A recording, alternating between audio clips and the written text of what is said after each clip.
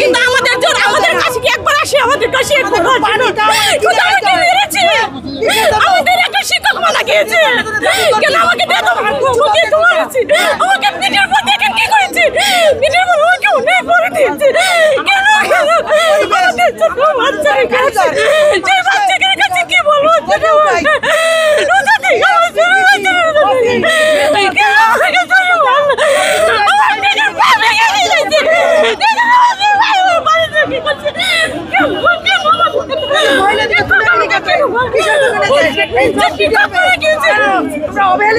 একটা সন্তান রেখে আছে, আমি আমার দুটো ছেলে রেখে আছি, আমার সন্তান কি খবর, কিন্তু এখন আমি আহত অবস্থায় দেশে থাকবো কিভাবে বলে, কিন্তু আমাদের কিন্তু